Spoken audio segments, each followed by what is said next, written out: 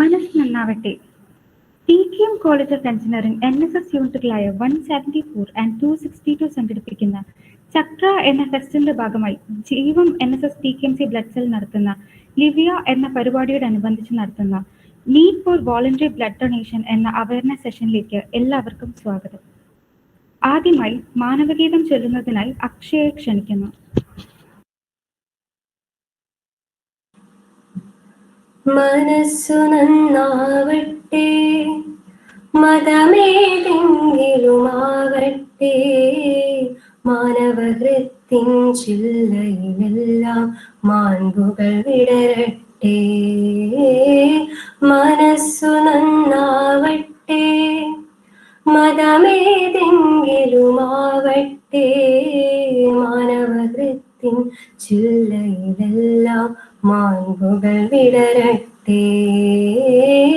മനസ്സ് നന്നാവട്ടെ, സൗഹൃദ സിദ്ധികൾ പൂത്താൽ സൗവർണാഭ പരന്നാൽ, സൗഹൃദ സിദ്ധികൾ പൂത്താൽ സൗവർണാഭ പരന്നാൽ, സുരഭില ജീവിതമാധുരി വിശ്വം സമസ്തമരുളുകയല്ലോ. മനസ്സു നന്നാവട്ടെ, മതമേതെങ്കിലുമാവട്ടെ, മാനവഹൃത്തിൻ ചില്ലയിലെല്ലാം മാൺപുകൾ വിടരട്ടെ. മനസ്സ് നന്നാവട്ടെ, സത്യം ലക്ഷ്യമതാവട്ടെ, ധർമ്മം പാതയതാവട്ടെ, സത്യം ലക്ഷ്യമതാവട്ടെ, ധർമ്മം പാതയതാവട്ടെ. ഹൈന്ദവ ക്രൈസ്തവ ഇസ്ലാമികളുടെ കൈകളിണങ്ങിടട്ടെ. മനസ്സ് നന്നാവട്ടെ, മതമേതെങ്കിലുമാവട്ടെ, മാനവഹൃത്തിൻ ചില്ലയിലെല്ലാം മാൺപുകൾ വിടരട്ടെ. മനസ്സ് നന്നാവട്ടെ, മനസ്സ് നന്നാവട്ടെ, മനസ്സ് നന്നാവട്ടെ, മനസ്സ് നന്നാവട്ടെ.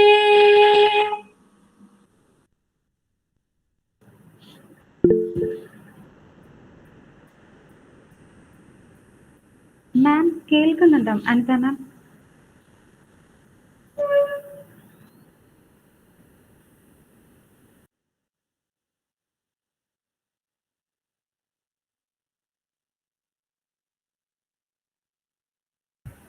ഞാൻ പറയുന്നത് കേൾക്കുന്നുണ്ടോ?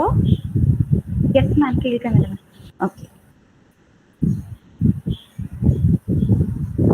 നിന്നിലൂടെ ഒഴുകി എന്നിൽ നീ പുനർജനിച്ച് ജീവനിൽ നിന്ന് അതിജീവനത്തിൽ ലയിക്കാനായി. ഇന്ന് ലോക രക്തദാന ദിനം. രക്തദാനം മഹാദാനം, give blood and keep the world beating എന്നാണ് ഈ വർഷത്തെ രക്തദാന ദിനത്തിന്റെ പ്രമേയം. രാജ്യമെമ്പാടും കോവിഡ് വ്യാപനം അതിരൂക്ഷമായി തുടരുന്ന ഈ സാഹചര്യത്തിലും രക്തത്തിന്റെ ആവശ്യകത ദിനം പ്രതി വർദ്ധിച്ചു വരികയാണ്. ലോക്ക്ഡൌണും മറ്റ് കോവിഡ് നിയന്ത്രണങ്ങളും രക്തദാന രംഗത്ത് വലിയൊരു വെല്ലുവിളി തന്നെയാണ് സൃഷ്ടിച്ചിരിക്കുന്നത്. ഈ സമയത്ത് സന്നദ്ധ രക്തദാനത്തിനെ നാം പ്രോത്സാഹിപ്പിക്കേണ്ടതുണ്ട്. 18 വയസ്സ് തികഞ്ഞ ആരോഗ്യപരമായ പ്രശ്നങ്ങളില്ലാത്ത ഏതൊരാൾക്കും രക്തം ദാനം ചെയ്യാവുന്നതാണ്. രക്തബാങ്കുകളിലെ രക്തദൗർബല്യം പരിഹരിക്കേണ്ടത് നമ്മുടെ കടമയാണ്. സന്നദ്ധ രക്തദാനത്തിന്റെ ആവശ്യകതയെക്കുറിച്ച് ഇന്ന് നമുക്കൊരു ബോധവൽക്കരണ സെഷൻ എടുക്കാനായി നമ്മുടെ ക്ഷണം സ്വീകരിച്ച് ഇവിടെ എത്തിച്ചേർന്ന് Kollam IME blood bank officer doctor Anitha മാമിനെയും രക്തദാന മേഖലയിലെ അനുഭവം നമ്മളോടൊപ്പം പങ്കുവയ്ക്കാനായി ഇവിടെ എത്തിച്ചേർന്ന REBK state secretary Shri Pragal Pattambi സാറിനെയും ഈ സെഷനിലേക്ക് ഹാർദവുമായി സ്വാഗതം ചെയ്യുന്നു.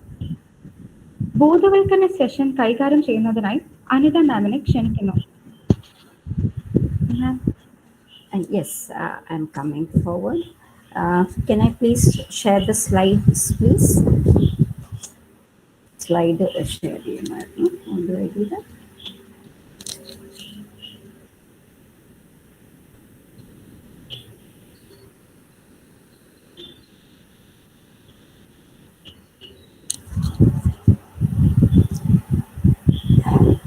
Can you see my slides? No, ma'am. No, not yet. Yes, ma'am. Now present. Can see.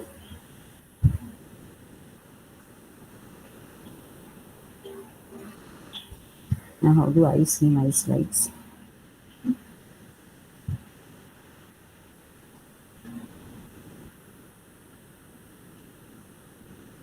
I cannot see my slides. How do I do that?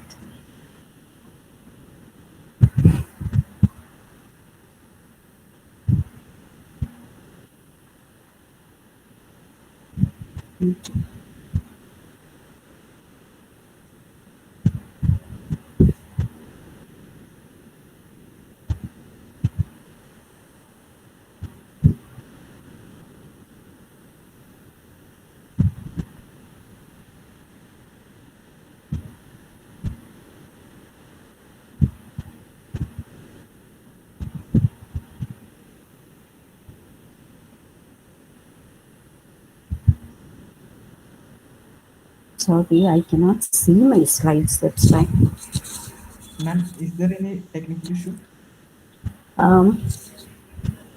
I'm just trying it. Okay. Just a minute. Ma'am, sharing the whole window might help. Sharing the whole window might help. End screen, ma'am. Okay, and the screen. Okay. Let's check. I just tried that. And the screen. Yeah.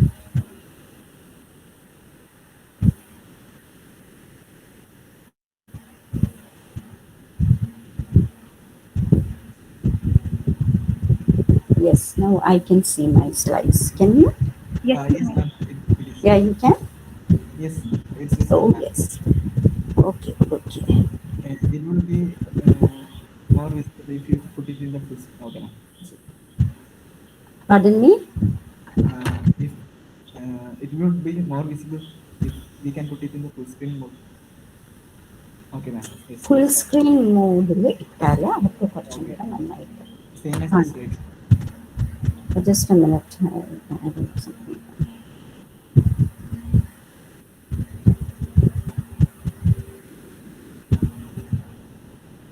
Okay. Yes, ma'am. Is that okay? Shall we start? Yes, ma'am. Yes, ma'am. Okay. How many are there now at present?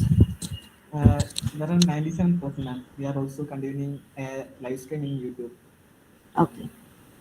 So it's a talk on voluntary blood donation. Today being the World Blood Donor Day, it's 14th June 2021. The theme today is Give Blood and Keep the World Beating. So I'm Dr. Anita. Actually, I'm working in the IMA Blood Bank, Asramam. I don't know how many of you all have visited that place. It's a very small blood bank. Okay, actually, the contents what I'm going to speak today on is blood group, donors, IMA, about the IMA blood bank, blood components, blood donation, Club 25,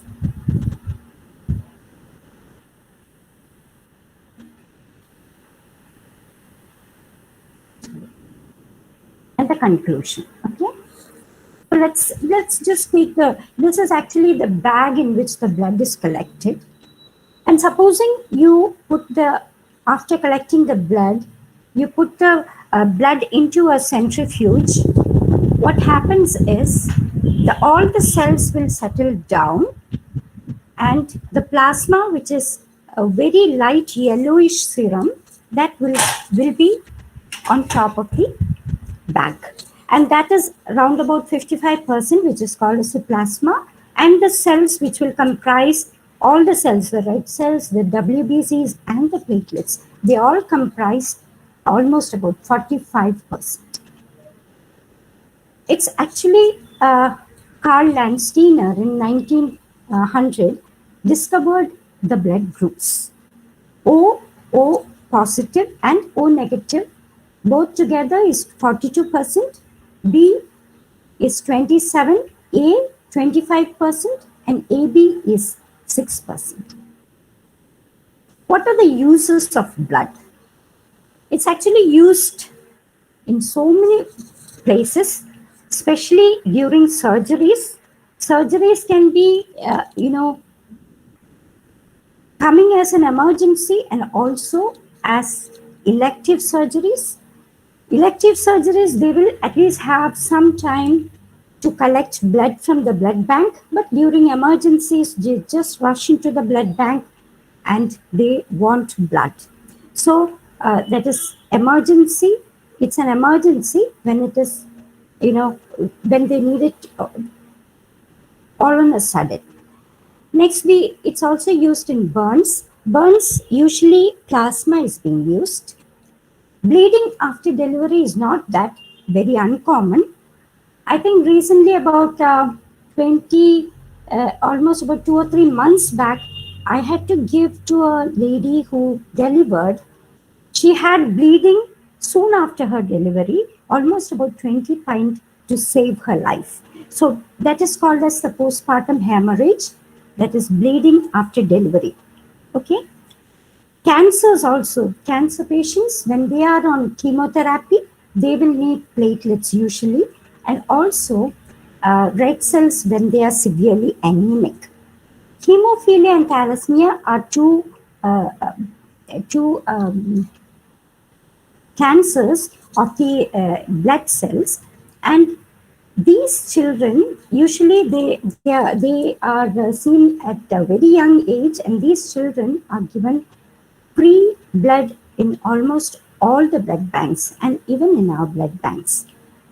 Accidents, they also come all on a sudden when they will need blood. So there are some types of donors.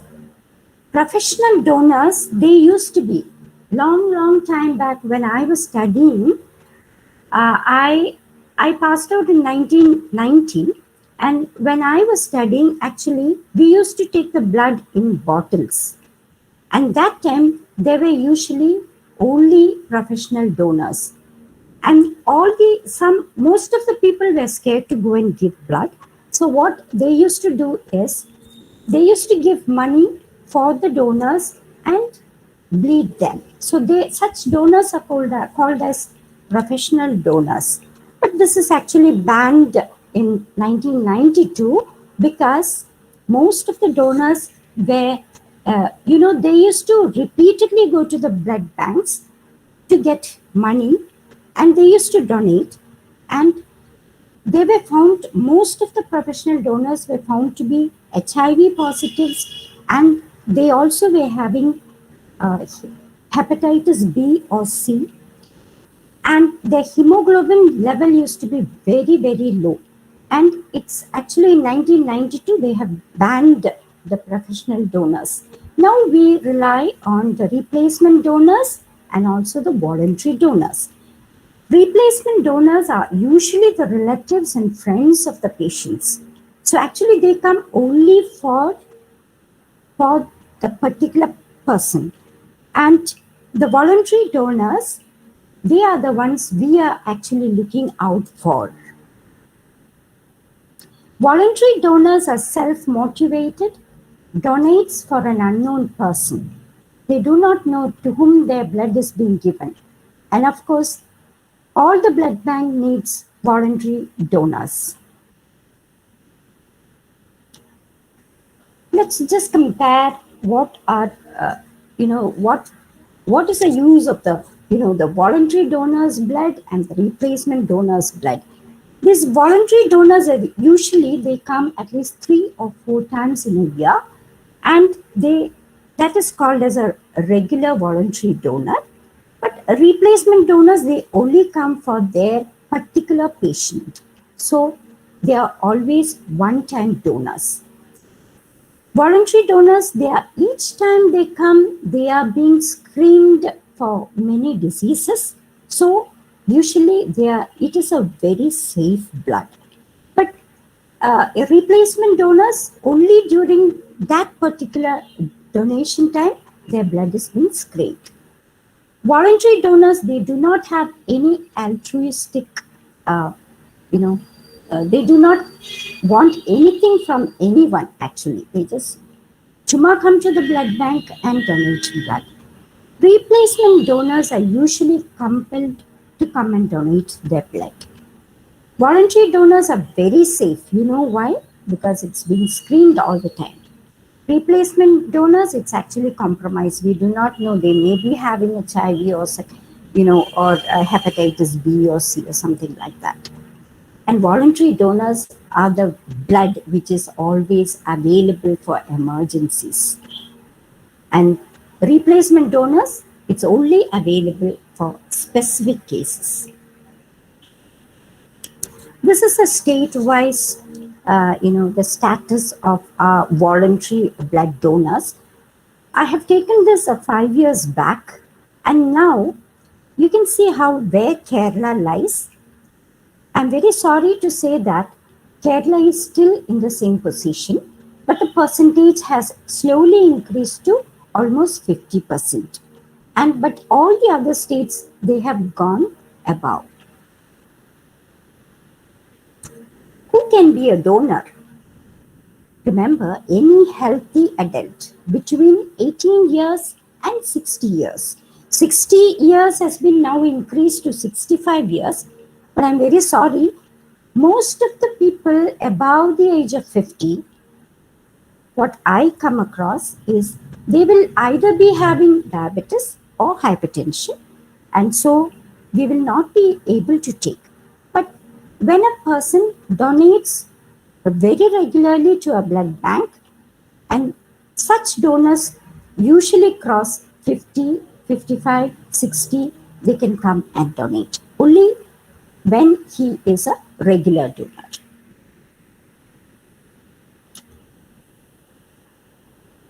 If you plan to donate your blood, where do you donate? Never go to any hospitals which do not have a blood bank. Please do not do that, because the diseases will not be tested properly, and there will be a spread of HIV and hepatitis B and C. So be very careful. You donate only at a licensed blood bank. In Kerala, you have 182 blood banks, 141 in the private sector and 41 in the public sector.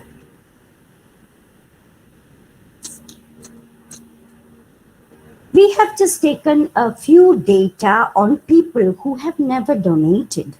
So when we asked the donors, why don't you donate? Why have you not donated? Why is this the first time you're donating? So these were the reply which we got from the donors. Most of them told us it is because nobody has asked me to donate blood. Yes, I know the spread of voluntary blood donation is very low. And I think especially now, due to the pandemic, we are unable to reach your colleges to come and give you awareness and collect blood. I know that. So most of them say, nobody has asked me to donate blood. And most of the O positive, and even I have heard A and B also say, see, our blood group is very common. That is why I have not donated. Most of them have fear. And I still remember today we had a person who was really scared, and she had a slowly syncopal attack. It recovered very fast. And some people say, I have jaundice, so I think I cannot donate. But during my class, I will tell you about jaundice in detail. Some of them feel that it's a very, very painful procedure. Remember, this blood donation, it is only like, an ant biting you. That is the pain you actually have. And it is just there for 2 or 3 seconds. And after that, you don't feel any pain. And maybe when you take out the needle, you may have a little pain, maybe for another 1 or 2 seconds. And that is all. But remember, when you are taking injection, at least about 2 ml is being injected directly into the muscle fibers. and you have an excruciating pain there. This pain is very small. Okay, so don't be scared to donate. Some of them told me that they become very tired and they will become anemic if they donate blood. I don't think so. You will know it now. Some of them told me, a few at least told me, they were scared. They said, see, blood bank, we have a doubt because it is something connected with needles. So I'm scared to come to a blood bank because I will get HIV from there. Okay, but remember, we have a single needle attached to the bag, and that needle can be used only for a single person, and usually a single prick. And some of them told me they have never donated before. That is why they don't want to donate.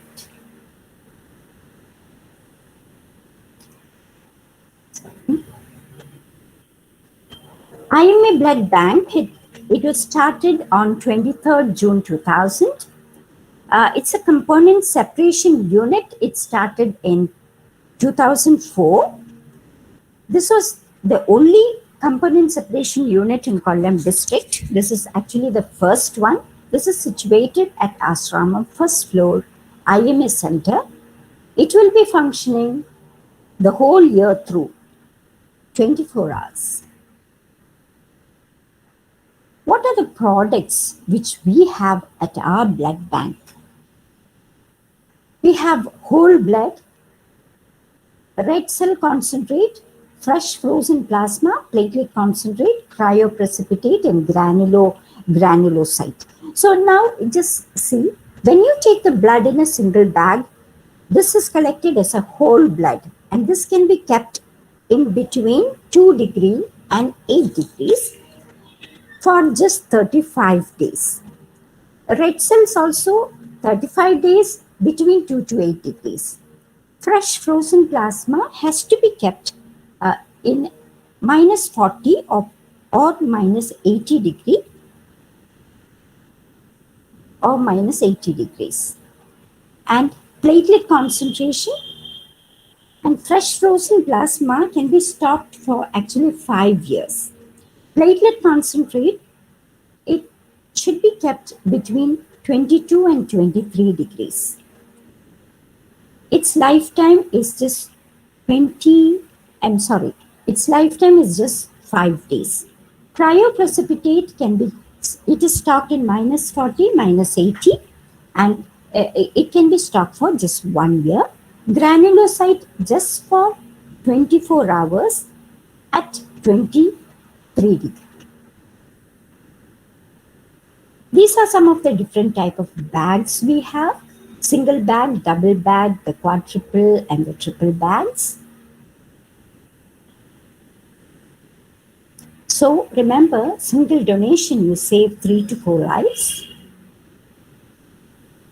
When you come to a blood bank, in all the blood banks, they are supposed to have a counselor. So how is a donor selected? You have a pre-donation counseling. The donor will be sitting with the counselor. They will be asking you many questions, especially on they will be explaining the risk behaviors of some of the people. They will be asking about heterosexuals and homosexuals, any STD diseases they have got before, then IV drug abusers, and chronic alcoholism. So these are some of the donors whom we never accept at all, because they are the ones, they spread hepatitis B, hepatitis C, VDRL, malaria, and HIV.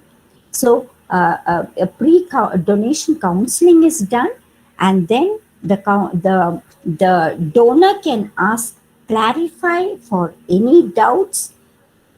Then it's actually a confidential means of self-exclusion. We describe the whole thing to the donor because his blood, if taken for components, the diseases will be spread to 3 or 4 patients. So He himself can ask any doubts, and then a confidential means of self-exclusion is done, and we do not bleed that donor.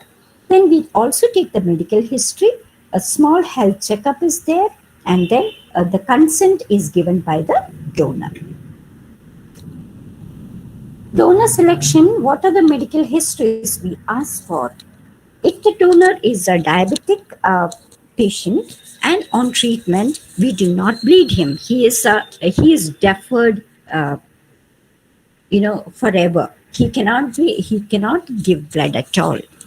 Even during hypertension, if the person has hypertension and is on medicines, he cannot be a donor. Any heart diseases like the myocardial infarction or any congenital heart diseases, not a donor, he cannot donate blood. If a person has malaria,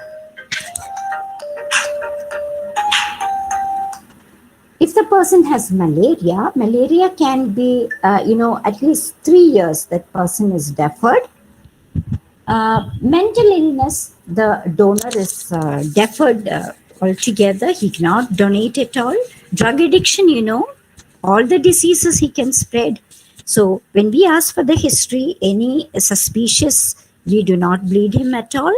If the person has got any prolonged bleeding from the wounds, we do not take. Then any allergy, severe allergy, we do not bleed him.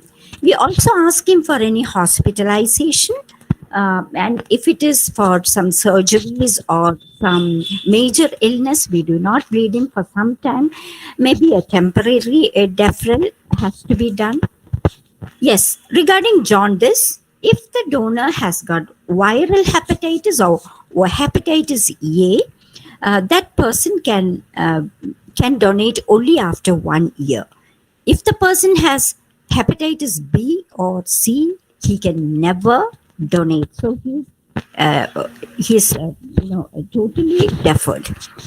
A person who has got convulsions, or if he is an epileptic patient, he cannot donate, because during donation, 100% he will go in for a severe convulsion.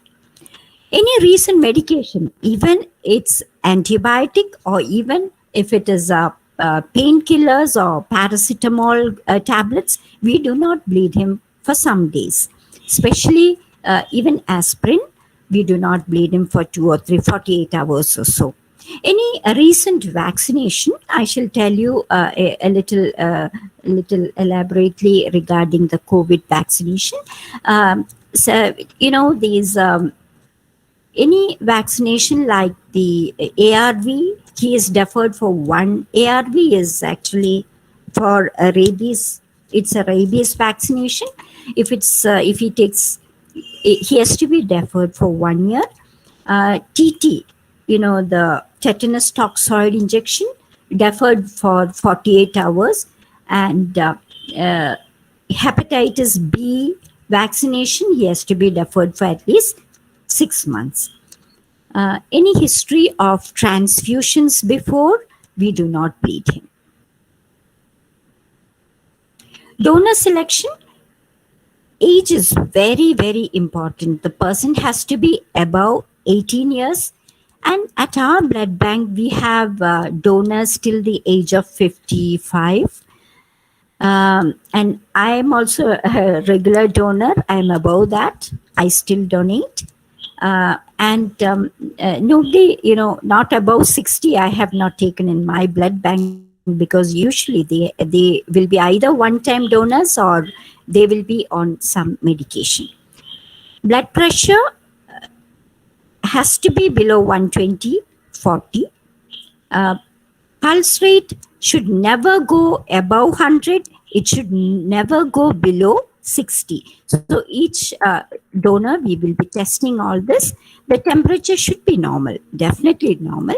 If a person has got high temperature, that means he has got some virus or some bacteria in the blood, and the blood will be contaminated, and the patient is sure to have some kind of allergy, some kind of reactions. Hemoglobin is a must, and it should be about 12.5 gram %. weight of a donor, as per the book, is 45 kg, but I take 50 kg above. Any skin rashes or lymph node enlargement, I do not take, because these two together, we have to be suspicious of HIV, so we do not take. Blood collection, this is the procedure. The needle is slightly thick, but it's a very sharp needle, and I told you the pain. It's almost painless, and phlebotomy is done at the cubital fossa, ഈ കൈയുടെ മുട്ടിന്റെ ഉള്ളുഭാഗത്താണ്. And this is a mode of collection. Then very, very rarely we have donor reactions. Usually when the donor do not sleep well, or when the person has not eaten enough food or drank water, usually he will go in for syncopal attack, and that's the most commonest reaction which we have seen. And another reaction very rarely is a small hematoma at the site of the puncture. When the donor is not very careful, he starts using his that hand, taking heavy weights, or I don't know, like bending it while during driving or something like that. So sometimes, very, very rarely, can have small hematomas, but these can be treated, and they can donate again. And finally, we usually give them refreshments after the donation. So you'd like to know what we do exactly with your blood. If it is whole blood, we take the blood in a single bag, and while you are on your bed itself, this blood is being straight away taken and kept in the blood bank refrigerator between 2 and 8 degrees. All the other bags, the double, the triple, and the quadruple bags, they go into the centrifuge, and it is being separated into the components which I have already mentioned to you.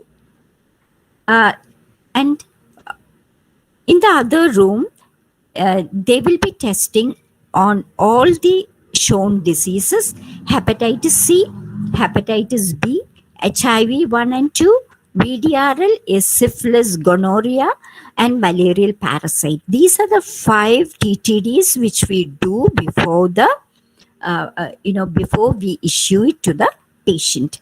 And at our blood bank, in case if any donor is found to be positive, we call them back. We do the test all over again. We take another sample, we do the test all over again, and then when we find him positive, we refer him to the concerned doctors. Hepatitis C and hepatitis B, we refer them to the medical gastroenterologist. The HIVs will have to go to the ICT in the government, ICTI in the government sector. VDRL to the skin specialist, and malarial parasite, we refer them to the physician. We always issue the blood after cross-matching with the patient's blood. Now you may wonder, what do you lose when you donate a pint of blood? Actually, blood is, most of it is water.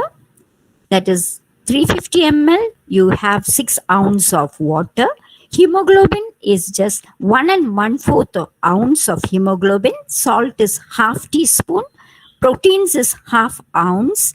Vitamins and minerals are just traces. So you're not going to lose anything much.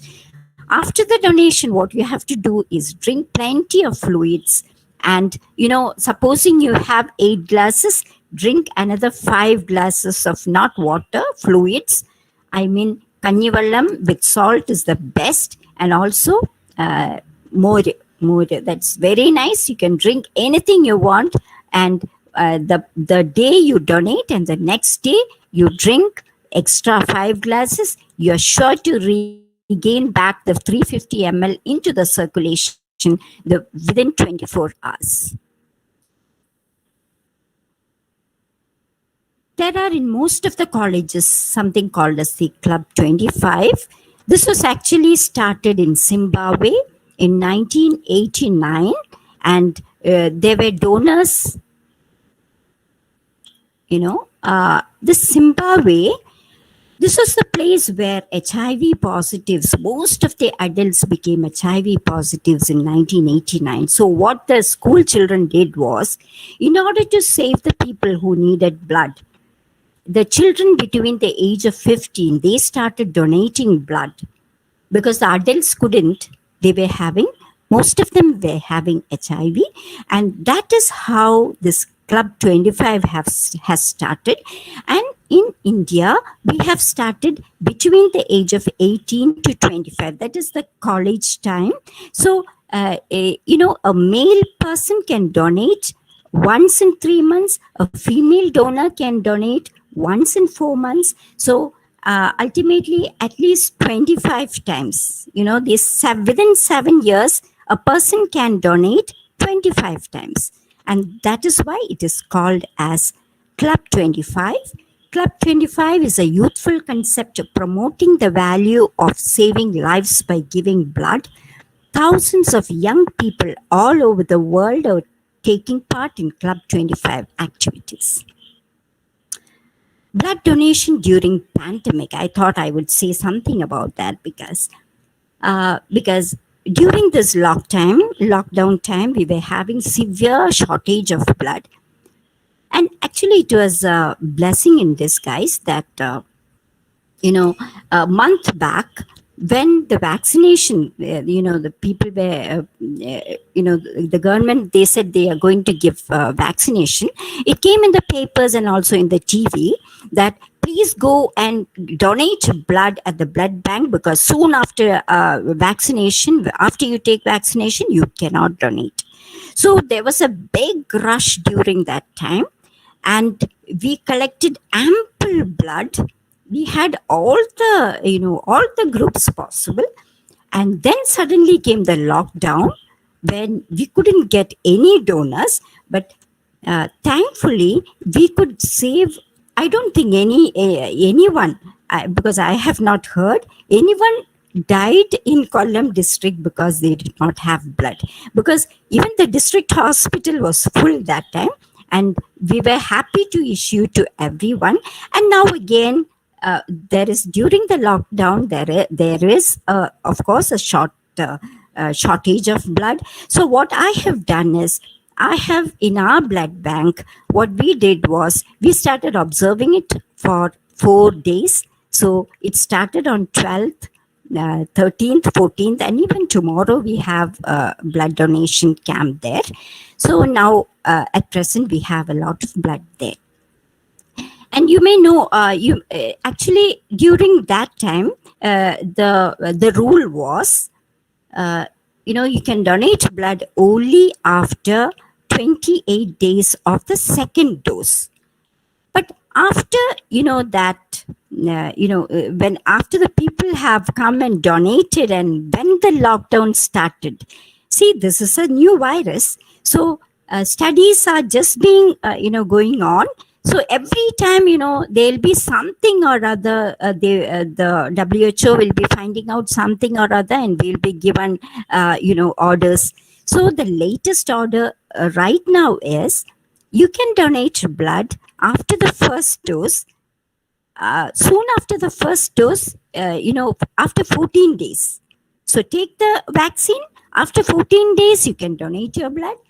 After the second dose, again, you can, after 14 days, you can donate blood. So I don't think there'll be much shortage again. And I must say about the COVID vaccination. Now, above the age of 18, everyone is supposed to take vaccination. And abroad, I think they have started, from 15 years of age. But in India, we are starting above 18 years. And remember, there was a rule that the lactating mothers, they should not be getting vaccination. But now the rule has come that all the lactating mothers, I mean the breastfeeding mothers, must take vaccination. But regarding the pregnant women, it is not yet, it's not yet decided whether they must get. So everyone, all of you above the 18 years, try and get your vaccination at the earliest, because if you don't take your vaccination, what is going to happen? See, you all are aware this is the second wave, and the third wave is going to come, the third peak is going to come, and we are expecting the age to come down. So the children are going to get affected next. So that is what we are being told. So that is why we are starting the vaccination to the younger age group too. And if you are not taking the vaccination, when all the people around you take, this pandemic is not going to, end very fast. It is definitely going to be an endemic for some more time. So when you are not vaccinated, and if you get the disease, you're going to be in a very pathetic state. I don't think you'll be, the disease will really do you too much of harm. So try and take the vaccination as soon as possible. Voluntary blood donation starts with you. Give blood, give life, and be responsible to the society. This is, I just put up my banner. IMA Blood Bank Center, we observe the World Environment Day and also the 14th June Blood Donation Day. And this is our secretary, Dr. Anish. He donated his blood, and he is accepting our small gift. We were giving gift also. Almost about 40, not 40, almost about 40, almost 50 donors have were given gifts today and yesterday. And this is another doctor. He comes and helps me sometimes. I just put up the banner. Thank you. വളരെ നന്ദി മാം. സന്നദ്ധ രക്തദാനത്തിന്റെ ആവശ്യകതയെക്കുറിച്ച് നല്ലൊരു session തന്നെയാണ് മാം നമുക്ക് സമ്മാനിച്ചത്. അടുത്തതായി ഒരു doubt clearance സെഷനാണ്. നിങ്ങളുടെ ഡൗട്ടും മറ്റും ചാറ്റ് ബോക്സിൽ ഇടാം, അല്ലെങ്കിൽ മൈക്ക് ഓൺ ആക്കി ചോദിക്കാവുന്നതാണ്.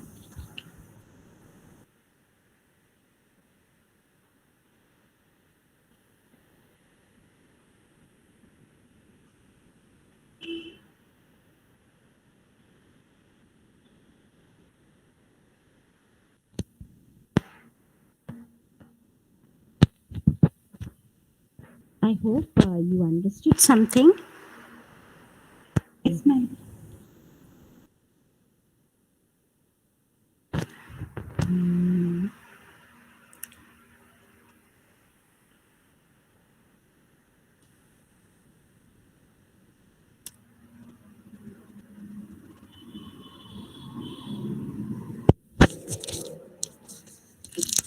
Excuse me, I'll just come.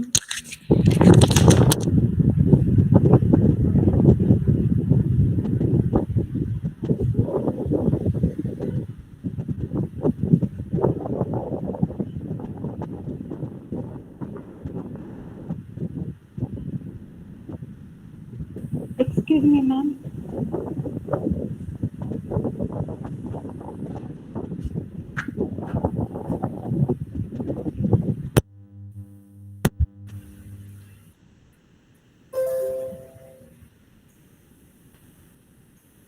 ഇതൊന്ന് സ്റ്റോപ്പ് ചെയ്യാം. ഇതൊന്ന് കാണാൻ പറ്റുമോ?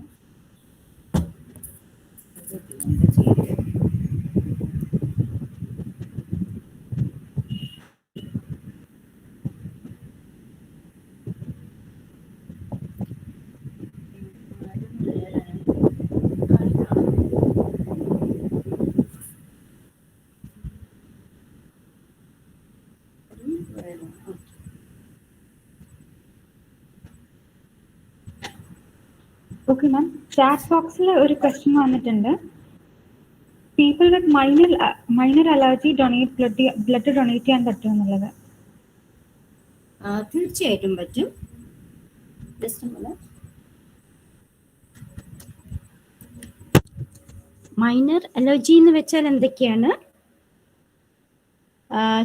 ചെറിയ സ്കിൻ ഇൻഫെക്ഷൻ അങ്ങനെ വല്ലതൊക്കെ ആണെങ്കിൽ no problem they can donate. Sorry, skin infection അല്ല, ചെറിയ ചൊറിച്ചിലൊക്കെ ആണെങ്കിൽ. പക്ഷെ നമ്മൾ സ്കിൻ നോക്കുമ്പോൾ അതിൽ മുറിവ് അല്ലെങ്കിൽ എന്തെങ്കിലും ചുമന്നൊക്കെ ഉണ്ട്, തടിപ്പായിട്ടൊക്കെ ഉണ്ടെങ്കിൽ അത് കൊടുക്കാതിരിക്കുന്നതാണ് ഏറ്റവും നല്ലത്. സ്കിൻ ഇൻഫെക്ഷൻ യൂഷ്വലി വരുന്നത് ഇറ്റ്സ് ആക്ച്വലി ഫംഗൽ ഇൻഫെക്ഷൻ. അത് ഓയിൻമെന്റ് ഒക്കെ ഇട്ട് കഴിഞ്ഞാൽ അത് മാറാനായിട്ട് നല്ല സാധ്യതയുണ്ട്.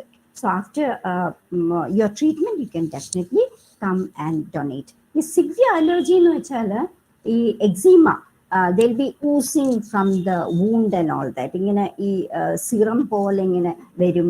പിന്നെ non healing ulcers and all that. Such please don't come and donate. ശരിക്കും പറഞ്ഞാൽ ഒരു മുഖക്കുരു പഴുത്തിരുന്നാൽ പോലും ബ്ലഡ് ഡൊണേറ്റ് ചെയ്യരുതെന്നാണ് പറയുന്നത്. Because the blood will contain bacteria and when ബ്ലഡിന് ഭയങ്കര ഇഷ്ടമാണ് bacteria. So it will start multiplying very fast. And as soon as the blood is being given, the patient will have severe reaction. That is why we do not do it. Any other question? Okay, ma'am. Next question. Can people with hyperthyroidism donate blood? Sorry, hyperthyroidism pattilla. Hypothyroidism pattu. If the TSH is normal.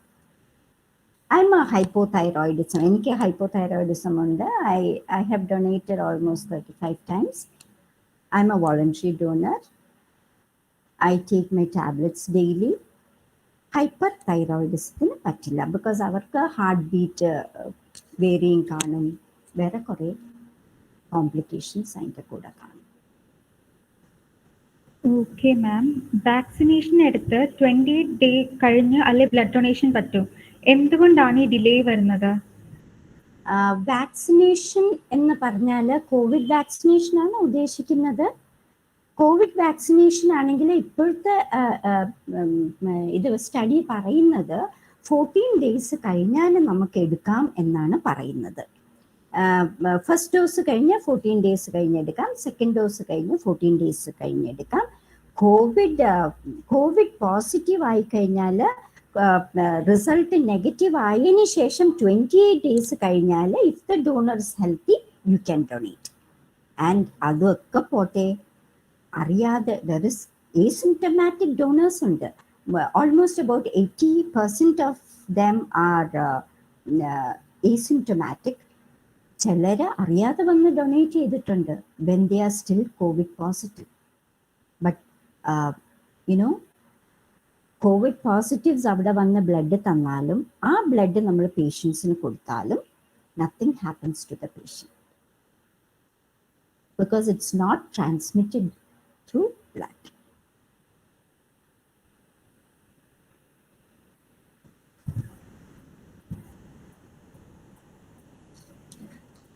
മാം, ലൈവിൽ വന്നൊരു question ആണ്.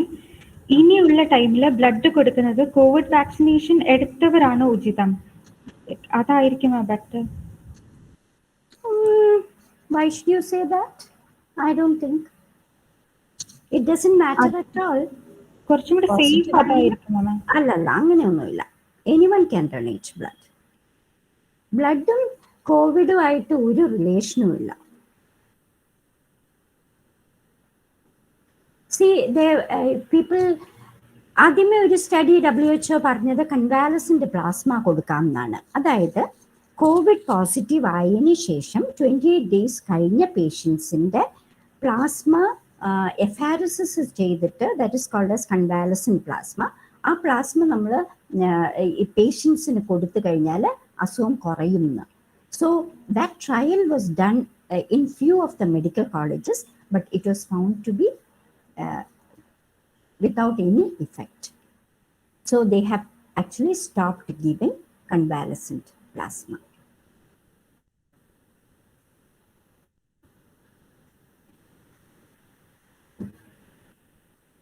Chat ബോക്സിൽ കുറച്ച് questions വന്നിട്ടുണ്ട് മാം. COVID-19 vaccine സ്വീകരിച്ച ശേഷം രക്തം നൽകുന്നത് ദാതാവിന് വൈറസിൽ നിന്നുള്ള സംരക്ഷണം കുറയ്ക്കുമോ? ഇല്ല,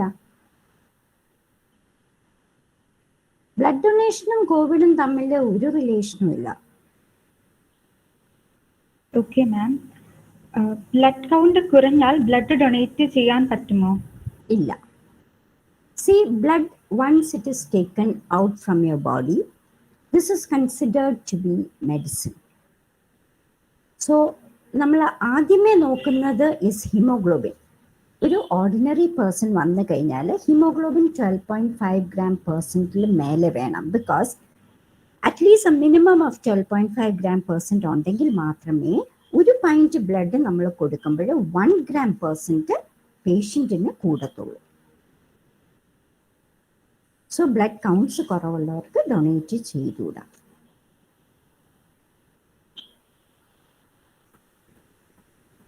മാം, ഈ platelet donation and blood donation same ആണോ? പ്ലേറ്റ്ലെറ്റ് ഡൊണേഷൻ, സുഹൃത്തെ, there is something called as apheresis. Okay, ഈ എഫാരിസിസ് ഇറ്റ് ഈസ് ആക്ച്വലി നമ്മൾ ഈ ബ്ലഡ് ഡൊണേറ്റ് ചെയ്യുന്നത് ഒരു കൈ കൂടെ ബ്ലഡ് ഡൊണേറ്റ് ചെയ്യും. That thing will go into the machine and അതിനകത്തുനിന്ന് ആ മെഷീനകത്ത് കിടന്ന് കറങ്ങി പ്ലേറ്റ്ലെറ്റ്സ് മാത്രം വേറൊരു ബാഗിനകത്തോട്ട് പോയി the rest of the blood will go back into your body and that is called as apheresis. Okay, ആ എഫാരിസിസ് ചെയ്യുമ്പോൾ പ്ലേറ്റ്ലെറ്റ്സ് അങ്ങനെ എടുക്കും. അല്ലെങ്കിൽ നമ്മൾ ഈ ട്രിപ്പിൾ ബാഗ്, 3 ബാഗ് അറ്റാച്ച്ഡ് ആയിട്ടുള്ളതിനാണ് ട്രിപ്പിൾ ബാഗ് എന്ന് പറയുന്നത്. ആ ബാഗിനകത്ത് നമ്മൾ ആദ്യമേ എടുക്കും. This is put into the centrifuge. ഒരു റൊട്ടേഷൻ കഴിയുമ്പോൾ ഒരു 15 minutes കഴിയുമ്പോഴത്തേക്കും all the red cells will come down, the buffy coat in between and the plasma above. And this buffy coat has, അത് കഴിയുമ്പോൾ ഈ ബഫി കോട്ടും ഈ പ്ലാസ്മയും കൂടെ വേറൊരു ബാഗിനകത്തോട്ട് മെല്ലെ ടിൽറ്റ് ചെയ്യും. ആൻഡ് ഇതെല്ലാം അറ്റാച്ച്ഡ് ആണ്. All these 3 bags are attached.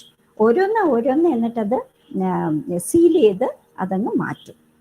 ഞാൻ പറഞ്ഞു തന്നായിരുന്നു, ടെമ്പറേച്ചർ എല്ലാം ഞാൻ പറഞ്ഞു തന്നായിരുന്നു.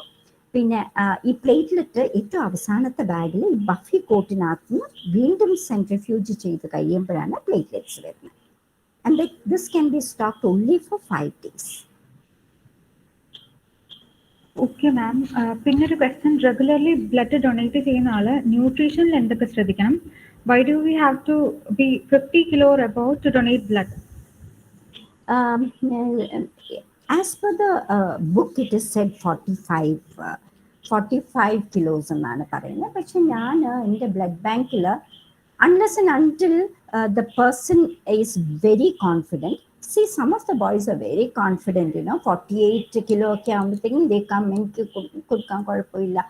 നമ്മൾ നോക്കുമ്പോൾ പൾസും BP-യും ഈവൻ ഹിമോഗ്ലോബിൻ എല്ലാം നന്നായിട്ടുണ്ട്. പക്ഷേ യൂഷ്വലി ഞാനിപ്പം കുറേ കോളേജസിലൊക്കെ ഞാനിങ്ങനെ പോയിട്ടുണ്ട്. ഞാൻ ഈ TKM കരിക്കോടൊന്നും ഞാൻ വന്നിട്ടില്ല, അധികം വന്നിട്ടില്ല. പക്ഷെ ഏഴുകോണിലൊക്കെ പോയിട്ടുണ്ട്. അവിടെയൊക്കെ യൂഷ്വലി വാട്ട് ഹാപ്പൻസ് ഇസ് നമ്മൾ ചെന്ന് കഴിഞ്ഞ് ഓൾ ദ ഫീമെയിൽസ് നമ്മൾ ഹിമോഗ്ലോബിൻ ചെക്ക് ചെയ്യും. ഹിമോഗ്ലോബിൻ ചെക്ക് ചെയ്യുമ്പോൾ യൂഷ്വലി ഭയങ്കര കുറവായിരിക്കും. So that is why I in my blood bank keep it as 50 kilo. പക്ഷെ ഡെഫിനറ്റ്ലി 45, a very confident person can donate 1 pint of blood. Because ഒരു 5 kilo വരുമ്പോഴത്തേക്ക്, അല്ല 50 kilo വരുമ്പോഴത്തേക്ക് ഒരു 5 liters അപ്രോക്സിമേറ്റ്ലി ആ പേഴ്സണിൽ കാണും. അതിനകത്തുനിന്ന് ഒരു 350 ml ആണ് നമ്മൾ എടുക്കുന്നത്. And 60 above kilo actually we can take 450 ml. Okay ma'am, thank you. വളരെ നല്ലൊരു Q&A സെഷൻ ആയിരുന്നു. ആർക്കും ഇനി വേറെ ചോദ്യങ്ങളില്ല എന്ന് വിശ്വസിക്കുന്നു. ഈ സെഷനെ കുറിച്ച് വിലയേറിയ അഭിപ്രായങ്ങൾ പങ്കുവെക്കുന്നതിനായി ഒരു വോളണ്ടിയറെ സ്വാഗതം ചെയ്യുന്നു. മനസ്സ് നന്നാവട്ടെ. ഞാൻ അമൃത, ഫസ്റ്റ് ഇയർ സിവിലിൽ നിന്നാണ്. ആദ്യം തന്നെ ഇത്ര നല്ല സെഷൻ എടുത്തു തന്ന ശ്രീമതി അനിത ബാലകൃഷ്ണൻ മാമിന് നന്ദി രേഖപ്പെടുത്തുന്നു. തീർച്ചയായും രക്തദാനത്തിന്റെ വൈദ്യവശങ്ങളെ കുറിച്ച് കൂടുതൽ അറിയാൻ ഈ ക്ലാസ്സുകളിലൂടെ ഞങ്ങൾക്ക് സാധിച്ചിട്ടുണ്ട്. രക്തദാനം ചെയ്യുമ്പോൾ എന്തെങ്കിലും പറ്റുമോ എന്ന് ഉള്ളിലൊരു ഭയമുണ്ടായിരുന്നു. അത് കുറയ്ക്കാൻ ഈ സെഷൻ എന്നെ സഹായിച്ച പോലെ എല്ലാവരെയും സഹായിച്ചുവെന്ന് ഞാൻ വിശ്വസിക്കുന്നു. ഇനിയും ഇതുപോലുള്ള നല്ല സെഷൻസ് എടുക്കുവാനായി മാം വരുമെന്ന് പ്രതീക്ഷിക്കുന്നു. നന്ദി.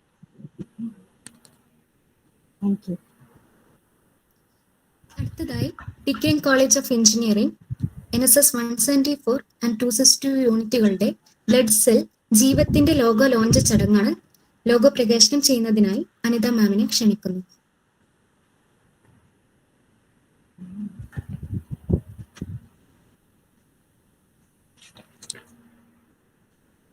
ആ ലോഗോ നിങ്ങൾ ഇടത്തില്ലേ അവിടുന്ന്? Yes, ma'am.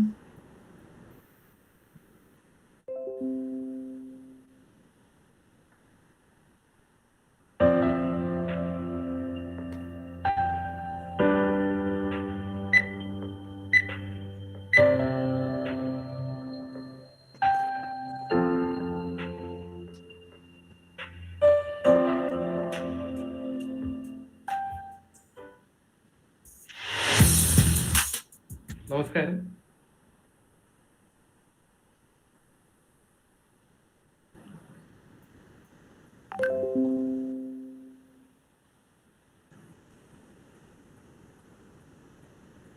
Jeevam. Very nice. And I'm really very happy to launch this logo of NSS TKMCE.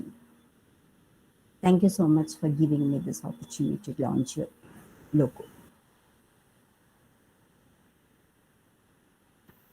നമ്മോടൊപ്പം ഇത്രയും വിലയേറിയ സമയം ചെലവഴിച്ച ഡോക്ടർ അനിത മാമിന് NSS TKMCയുടെ ഒരു സ്നേഹോപഹാരം സമർപ്പിക്കുകയാണ്.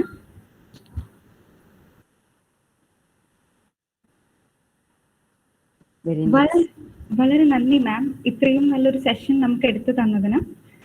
വളരെ വിജ്ഞാനപരമായ ഒരു സെഷൻ തന്നെയായിരുന്നു. ഈ സെഷൻ എടുത്തതെന്ന് മാമിന് എൻ്റെ പേരിലും NSS TKMCയുടെ പേരിലും നന്ദി അറിയിക്കുന്നു. Thank you ma'am.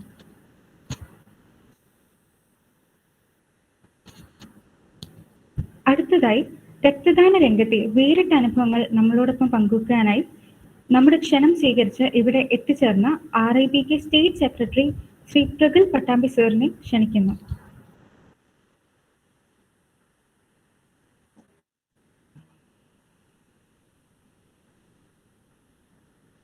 ഹലോ.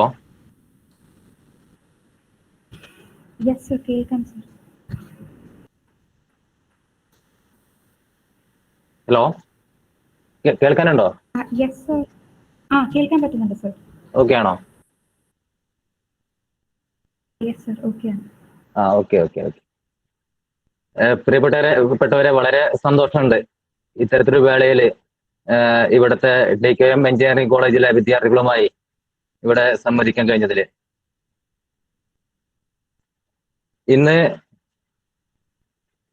ഇന്നത്തെ ദിവസത്തിന്റെ പ്രത്യേകത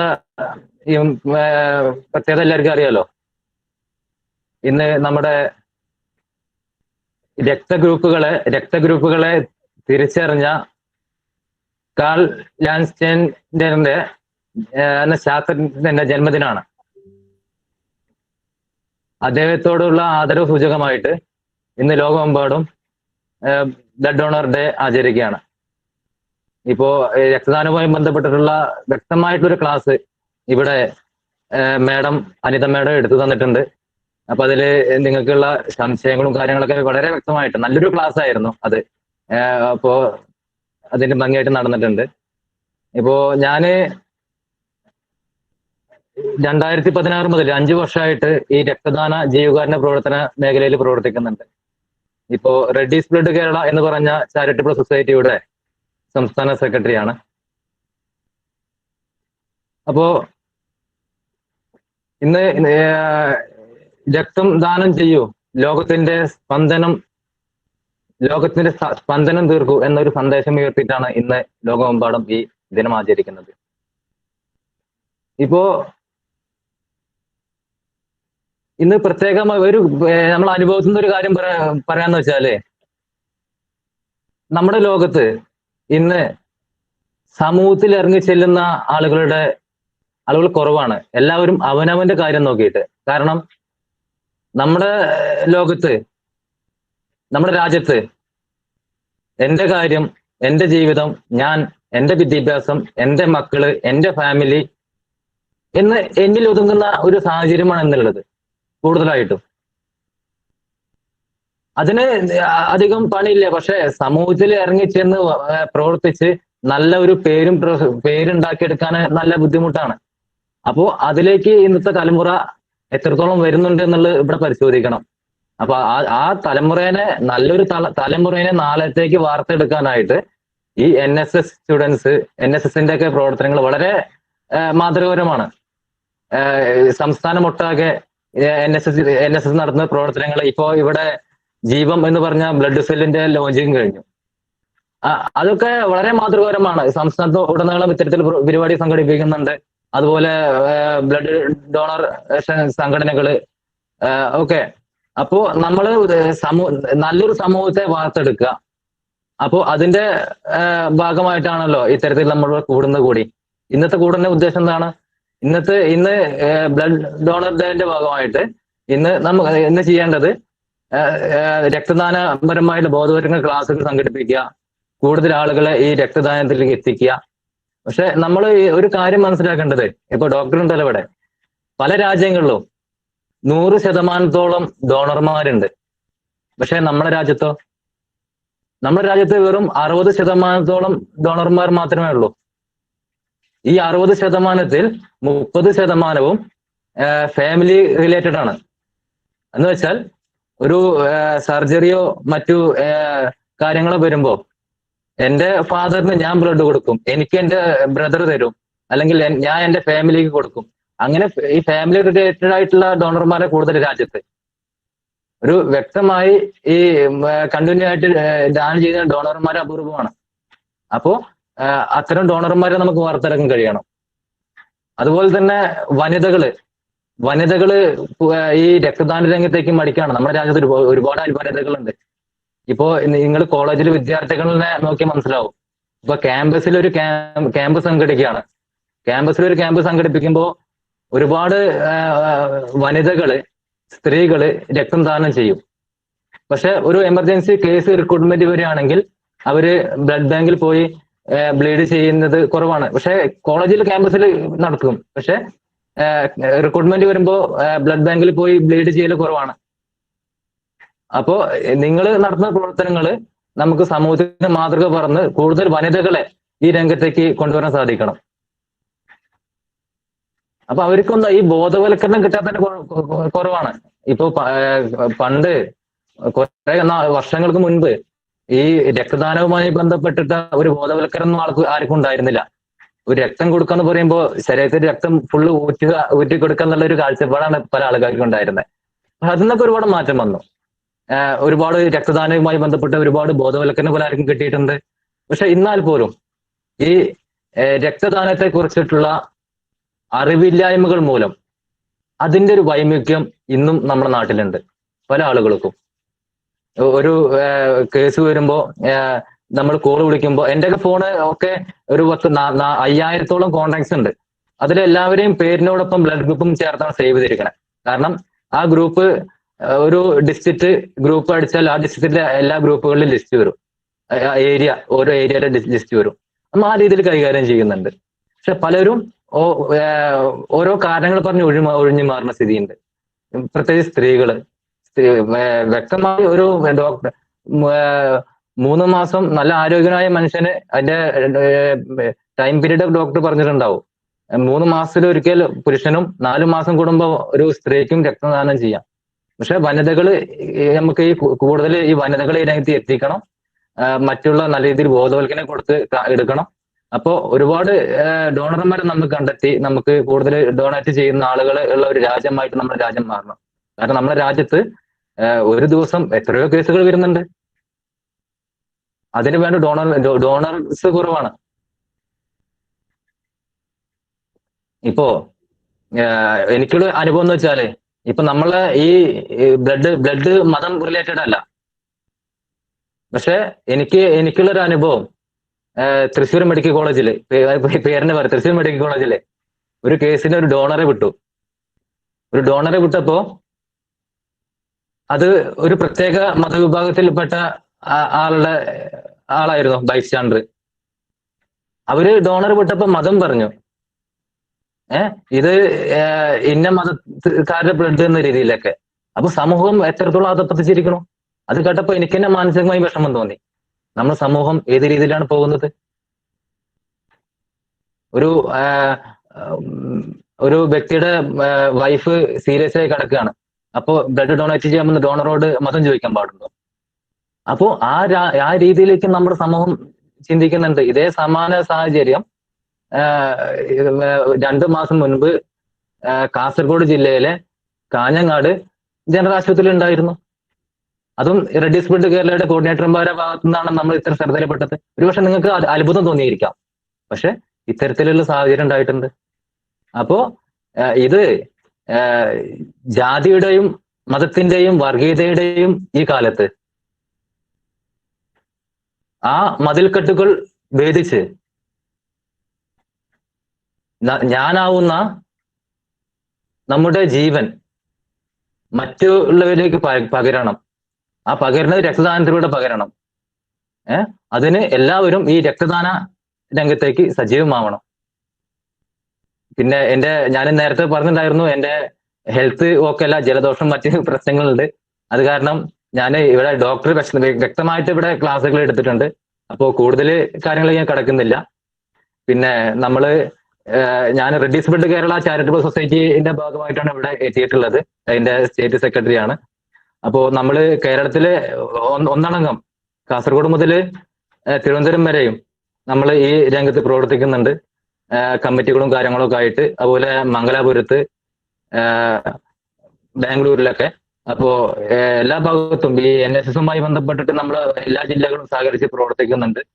അപ്പോ നമുക്ക് കൂടുതൽ സംവദിക്കാൻ കഴിയണം, ക്യാമ്പുകളായാലും മറ്റു രീതിയിലായാലും.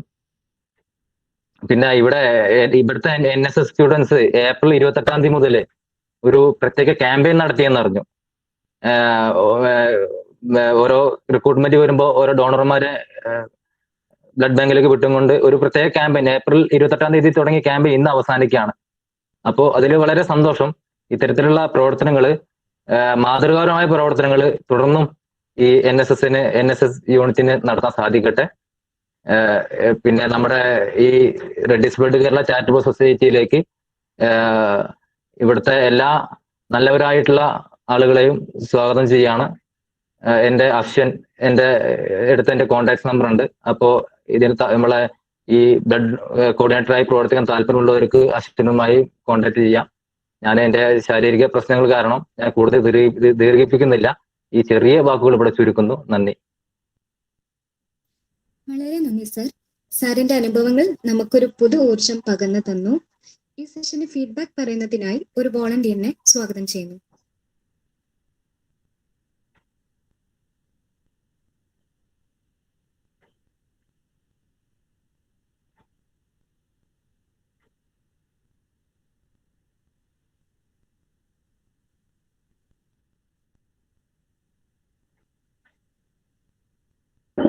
ഹലോ, കേക്കാവോ? കേൾക്കാം. ഫസ്റ്റ് ഓഫ് ഓൾ സാറിന് ഒരു വലിയ നന്ദിയാണ് പറയുന്നത്. ഞാൻ സെക്കൻഡ് ഇയർ TKMCEയിലെ സെക്കൻഡ് ഇയർ വോളണ്ടിയർ ആണ്.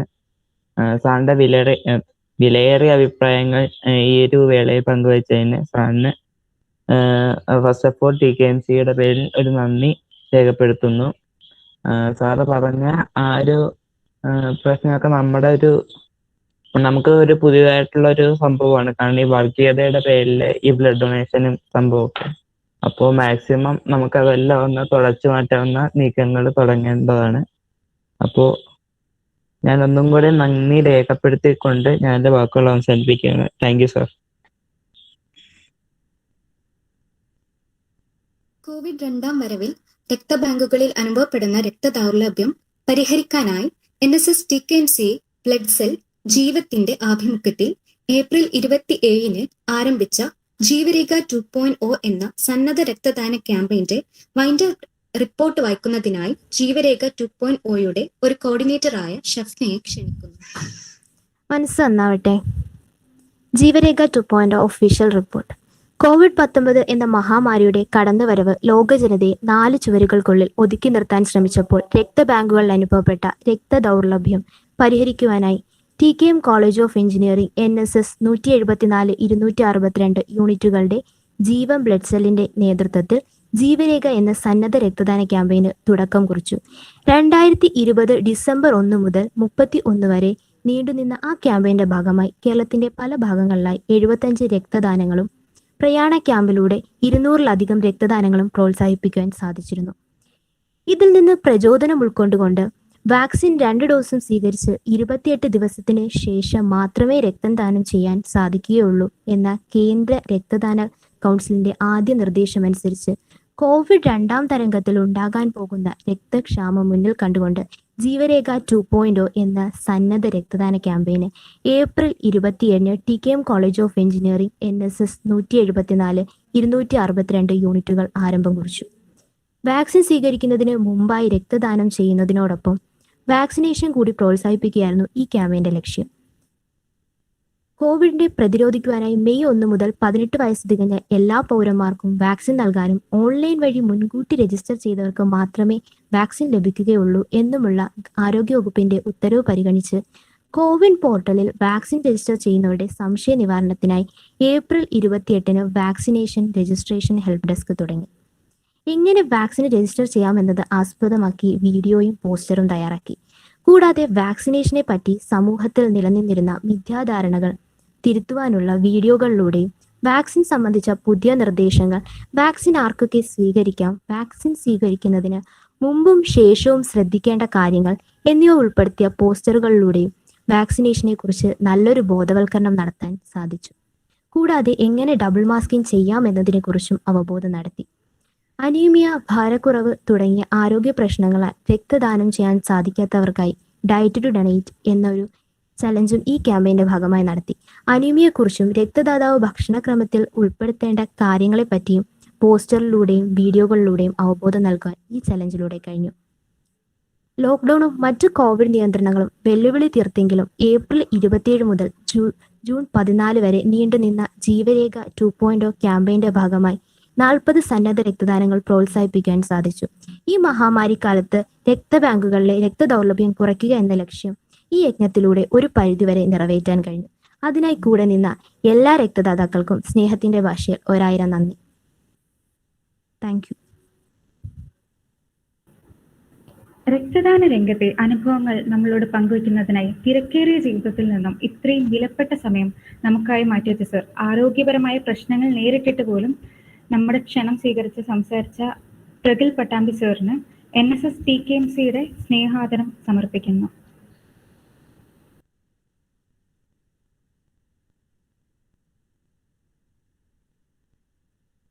Thank you sir. അടുത്തതായി വോട്ട് ഓഫ് താങ്ക്സിനായി നമ്മുടെ ഒരു വോളണ്ടിയറായ ആർദ്രയെ ക്ഷണിക്കുന്നു. മനസ്സ് നന്നാവട്ടെ. എന്നിൽ നിഷ്പക്ഷമാക്കിയിരിക്കുന്ന കർത്തവ്യം നന്ദി പറയുക എന്നതാണ്. ആദ്യം തന്നെ രക്തദാനത്തിന്റെ വൈദ്യവശങ്ങളെക്കുറിച്ച് വളരെ നല്ലൊരു ക്ലാസ് എടുത്തു തന്ന അനിത മാമിന് നന്ദി രേഖപ്പെടുത്തുന്നു. ഇങ്ങനെ ഒരു സെഷനെക്കുറിച്ച് പറഞ്ഞപ്പോൾ തന്നെ വളരെയധികം താല്പര്യത്തോടു കൂടി തന്റെ എല്ലാ തിരക്കുകളും മാറ്റിവെച്ച് മുന്നോട്ട് വന്ന മാമിന് എന്റെ പേരിലും NSS TKMCയുടെ പേരിലും നന്ദി അറിയിച്ചുകൊള്ളുന്നു. അടുത്തതായി ശ്രീ പ്രഗിൽ സാറിനോടായി നന്ദി രേഖപ്പെടുത്തിക്കൊള്ളുന്നു. ആരോഗ്യ പ്രശ്നങ്ങൾ ഉണ്ടായിട്ട് കൂടി ഈ സെഷൻ എടുക്കാൻ മുന്നോട്ട് വന്ന സാറിന് ആദ്യമേ തന്നെ ഒരു വലിയ നന്ദി അറിയിച്ചുകൊള്ളുന്നു. ദിവസേന ഉള്ള ഓരോ രക്തത്തിന്റെ ആവശ്യകതയും തന്റേത് എന്ന സമർപ്പണത്തോടെ പ്രവർത്തിക്കുന്ന സാറിന് എന്റെ പേരിലും NSS TKMCയുടെ പേരിലും ആദരവ് അറിയിച്ചുകൊള്ളുന്നു. അടുത്തതായി മീറ്റിംഗിൽ പങ്കെടുത്ത എല്ലാവർക്കും അതുപോലെ തന്നെ സെഷൻ വിജയകരമാക്കാൻ സഹായിച്ച മറ്റെല്ലാ വോളണ്ടിയർമാർക്കും നന്ദി അറിയിച്ചുകൊണ്ട് ഞാൻ നിർത്തുന്നു. നന്ദി.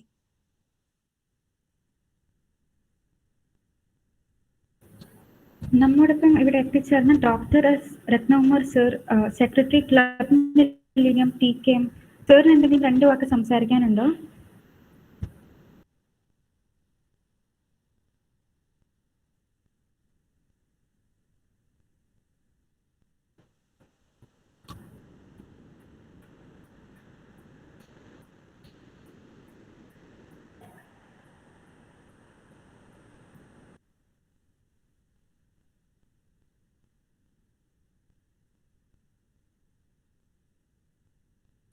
Ratnamar sir, 60 plus TKMCE.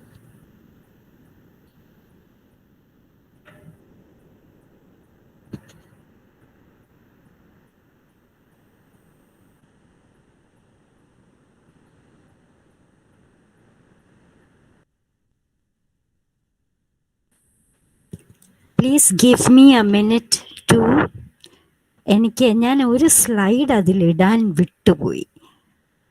Ken I? Yes, ma'am. Yes, ma'am. Okay, because ഞാൻ ഇപ്പോഴാണ് ഓർത്തത് ഒരു ക്വസ്റ്റ്യൻ ഇതിൻ്റെ ഇടയിലുണ്ടായിരുന്നു, എന്ത് ഫുഡാണ് കഴിക്കേണ്ടതെന്ന് അല്ലേ. നമ്മൾ ഈ ലേഡീസിനെ നമ്മൾ വന്ന് ഗേൾസിനെ നമ്മൾ അവിടെ വന്ന് സ്ക്രീൻ ചെയ്യാറുള്ള സമയത്ത് ഹിമോഗ്ലോബിൻ ഭയങ്കര ലോ ആണ്. അപ്പം നമ്മൾ സാധാരണ പറയുന്ന ഡയറ്റ് എന്ന് പറയുന്നത് ഈത്തപ്പഴം, ഡേറ്റ്സ് ഒരു 5 എണ്ണം ദിവസവും കഴിക്കണം. ജാഗറി അല്ലെങ്കിൽ ഈ മറ്റെന്തോ കരിപ്പോട്ടി, ഇത് ഭയങ്കര നല്ലതാണ് ഹിമോഗ്ലോബിൻ കൂട്ടാനായിട്ട്. സോ ജാഗറി വെച്ചിട്ടുള്ള പലഹാരങ്ങൾ ഏറ്റവും എളുപ്പമുള്ളതാണ് അവലും പഴവും ശർക്കരയും. സോ അത് കഴിക്കുന്ന അറ്റ്ലീസ്റ്റ് ഒരു 3 days in a week കഴിച്ചാൽ നന്നായിരിക്കും. Pomegranate is another one which will increase your haemoglobin. ഒന്നിൽ തിന്നോ അല്ലെങ്കിൽ അതിൻ്റെ ജ്യൂസ് കുടിക്കുകയോ ചെയ്യാം. പിന്നെ of course green leafy vegetables. ഇത് ശരിക്കും ഈ ഒരു ലേഡീസ് കോളേജിൽ, വിമൻസ് കോളേജിൽ ഒരു നമ്മുടെ ശ്രീചിത്രയിലെ ഒരു ഡോക്ടർ പറഞ്ഞതാണ്. ഒരു പ്രാവശ്യം അവിടെ ചെന്നപ്പോൾ it is found that 73% of the women there were anaemic. അപ്പം ആ സമയത്ത് ഒരു 10-15 പൈൻറ്റ് ഓഫ് ബ്ലഡ് എടുത്തുകൊണ്ടാണ് തിരിച്ച് റീജിയണൽ ക്യാൻസർ സെന്ററിൽ ശ്രീചിത്രയിലോട്ട് പോയത്. അവിടെ വെച്ച് മാഡം പറഞ്ഞ ഡയറ്റ് ഈസ് അവൽ, ശർക്കര ആൻഡ് പഴം. അത് 3 days in a week കഴിക്കൂ എന്ന് പറഞ്ഞിട്ട് അവിടെ നിന്ന് പോയി കഴിഞ്ഞപ്പോൾ she was telling me there were at least ഒരു 10 to 15 emails she received telling her that their hemoglobin has risen well. So later she went back to that college. ഒരു 3 months കഴിഞ്ഞപ്പോഴത്തേക്കും she went back and she could collect at least 45 to 48 pints of blood from a women's college. So അതിന് നല്ല effect ആണെന്നാണ് എനിക്കും തോന്നുന്നത്. ഞാൻ എൻ്റെ ഡോണേഴ്സിൻ്റെ അടുത്ത് ഞാൻ അങ്ങനത്തെ ഡയറ്റ് ഞാൻ പറയാറുണ്ട് അനീമിക് ആവുമ്പോൾ. ആൻഡ് അനദർ തിങ് വിച്ച് ഒരു സ്ലൈഡ് ഞാൻ ഇടാൻ വിട്ടുപോയത്, what is the benefits of blood donation. See, നമ്മൾ ഈ ബ്ലഡ് ഉണ്ടല്ലോ, നമ്മൾ ഈ റെഡ് സെൽസ് എന്ന് പറയുന്ന സാധനം, അത് നമ്മുടെ ശരീരത്തിൽ 120 days ജീവിച്ചിരിക്കത്തുള്ളൂ. നമ്മൾ എത്ര സ്റ്റോക്ക് ചെയ്ത് വെച്ചാലും it lives only for 120 days. പ്ലേറ്റ്ലെറ്റ്സും WBCസും അതിനെക്കാട്ടിലും കുറച്ച്, പ്ലേറ്റ്ലെറ്റ്സ് ഒക്കെ 45 days ജീവിച്ചിരിക്കത്തുള്ളൂ. അത് കഴിയുമ്പോൾ അത് ചത്തുപോകും. സോ നമ്മൾ ഈ ഇങ്ങനെ നമ്മുടെ ശരീരത്തിൽ നമ്മൾ ബ്ലഡ് നമ്മുടെ ശരീരത്തിൽ നിന്ന് പോയിട്ടില്ലെങ്കിൽ, ബട്ട് ലേഡീസിന് വി ആർ ലക്കി ബിക്കോസ് നമുക്ക് മെൻസ്ട്രേഷൻ ഉണ്ടായതുകൊണ്ട് കുറേ എല്ലാ മാസവും കുറച്ച് ബ്ലഡ് നമ്മൾ ലൂസ് ചെയ്യുന്നുണ്ട്. പക്ഷെ മെയിൽസിലൊക്കെ what happens is blood becomes very concentrated. So ഈ കോൺസെൻട്രേറ്റഡ് ബ്ലഡ് ശരിക്കും പറഞ്ഞാൽ ഈ ബ്രെയിനിലോട്ടൊക്കെ അങ്ങോട്ട് പോകാനായിട്ടൊക്കെ ഇച്ചിരി താമസമായിരിക്കും ബ്ലഡിന്, മറ്റേ വിസ്കോസിറ്റി കാരണം. സോ നമ്മൾ അഡ്വൈസ് ചെയ്യുന്നത് ബ്ലഡ് ഡൊണേറ്റ് ചെയ്യുക, നല്ല ഫ്ലൂയിഡ്സ് എടുക്കുക. വാട്ട് ഹാപ്പൻസ് ഇസ് നമുക്കൊരു ഭയങ്കര ഒരു റിഫ്രഷിങ് ഫീലിംഗ് ആണ് after a blood donation. I am a regular donor. എനിക്കൊരു 5 months കഴിയുമ്പോഴത്തേ I get chronic headache. So what I do, I go and donate, then drink plenty of fluids, and you are back to ഒരു 25 years ഒരു പുറകോട്ട് നമ്മൾ പോകും. We can do everything what we want. മറ്റേ ഒരു sluggish feeling ആണ്. So and moreover ഇപ്പൊ കുറേ പേര് ഈ ചുമ്മാ മെഡിക്കൽ ചെക്കപ്പ് എന്ന് പറഞ്ഞ് പോകുന്നുണ്ട്. അപ്പം ഒത്തിരി എസ്പെഷ്യലി മെയിൽസ് വരുന്നുണ്ട് നമ്മുടെ ബ്ലഡ് ബാങ്കിൽ. മാഡം, എൻ്റെ ഹിമോഗ്ലോബിൻ ഭയങ്കര ഹൈ ആണ്, ഇറ്റ് ഇസ് 17, 18, 24 വരെ വന്നു. സോ അങ്ങനത്തെ ബ്ലഡ് നമുക്ക് എടുത്ത് പേഷ്യൻസിന് കൊടുക്കാൻ പറ്റില്ല. So what we do is we ask them to go elsewhere and take out the blood. അപ്പം കിംസി എന്നൊക്കെ പറഞ്ഞു വിടുക, എങ്ങനെയെങ്കിലും എവിടെയെങ്കിലും പോയി ആഴ്ചയിൽ ഓരോ ബാഗ് എടുത്ത് കളയുക. ബിക്കോസ് സച്ച് പേഷ്യൻസ്, നമ്മുടെ ഇപ്പൊ ബ്ലഡ് തലച്ചോറിൽ പോകുന്നത് ഭയങ്കര സ്ലോ ആകും. നിങ്ങളൊക്കെ എഞ്ചിനീയറിംഗ് കുട്ടികളാണ്, യു വിൽ നോ. വിസ്കോസിറ്റി കൂടുമ്പോൾ ബ്ലഡിന്റെ ആ പുഷ് കുറയും. സെക്കൻഡ് തിങ് ഇസ് ഇത് എല്ലാ ഓർഗൻസിലോട്ടും ബ്ലഡ് പോകാനായിട്ട് കുറയും. that ഫ്ലോ കുറയും, ഓക്സിജനേഷൻ കിട്ടാൻ താമസിക്കും. ആൻഡ് ഇതുപോലെ തന്നെ മയോകാർഡിയൽ ഇൻഫാക്ഷൻ, ഹാർട്ട് അറ്റാക്ക് വരാനായിട്ട് ചാൻസ് ഭയങ്കര കൂടുതലാണ്. ബിക്കോസ് ക്ലോട്ട്സ് ഉണ്ടാകാം. ആൻഡ് അറ്റാക്ക് വരാൻ ചാൻസ് കൂടുതലാണ്. ഡയബറ്റിസ് വരാൻ ചാൻസ് കൂടുതലാണ്. ആൻഡ് ഈ റെഡ് സെൽസ് ചത്ത് after they die some can have ഓരോരുത്തർക്ക് ഓരോ രീതിയാണ്. ചിലർക്ക് ലിവറിൽ അത് ഡിപ്പോസിറ്റ് ചെയ്യും. And that is called as haemosiderosis which can later go in for liver cancer. So you can postpone your diabetes. ഇപ്പൊ പേരൻസിന് ഡയബറ്റിസ് ആണെങ്കിൽ if you R A regular blood donor you can postpone your disease. So അത്രയ്ക്ക് നല്ല ഗുണങ്ങളാണ് ഉള്ളത്. You can also bring down your cholesterol level. So these അത് ഞാൻ ആ സ്ലൈഡ് ഞാൻ ഇടാൻ വിട്ടുപോയി, ഇന്ന് ഇച്ചിരി തിരക്കായി പോയെന്ന്. Sorry. And thank you for giving me another opportunity. Thanks. Oh, it's okay, ma'am. വളരെ മനോഹരമായി സംവേദനാത്മകമായി ഈ സെഷൻ കൈകാര്യം ചെയ്ത മാമിനും സാറിനും ഒരിക്കൽ കൂടി നന്ദി അറിയിച്ചുകൊണ്ട് ഈ പരിപാടി ഔദ്യോഗികമായി അവസാനിച്ചതായി അറിയിക്കുന്നു. നന്ദി. Thank you ma'am. Thank you sir.